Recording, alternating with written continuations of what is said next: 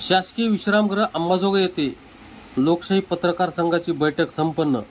या बैठकीत अंबाजोगाई तालुका पदाधिकाऱ्यांची निवड करण्यात आली।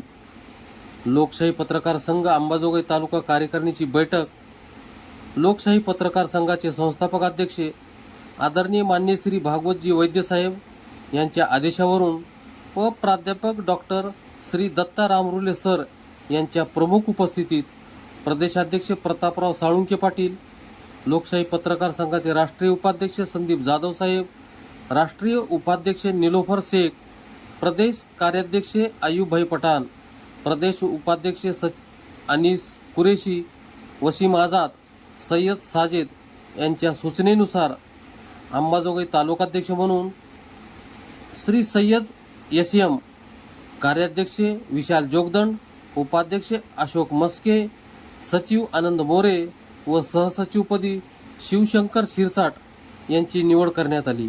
निवडीनंतर संस्थापक अध्यक्ष भागवत वैद्य साहेब यांच्या हस्ते नियुक्तीचे पत्र व आय कार्डचे वाटप करण्यात आले।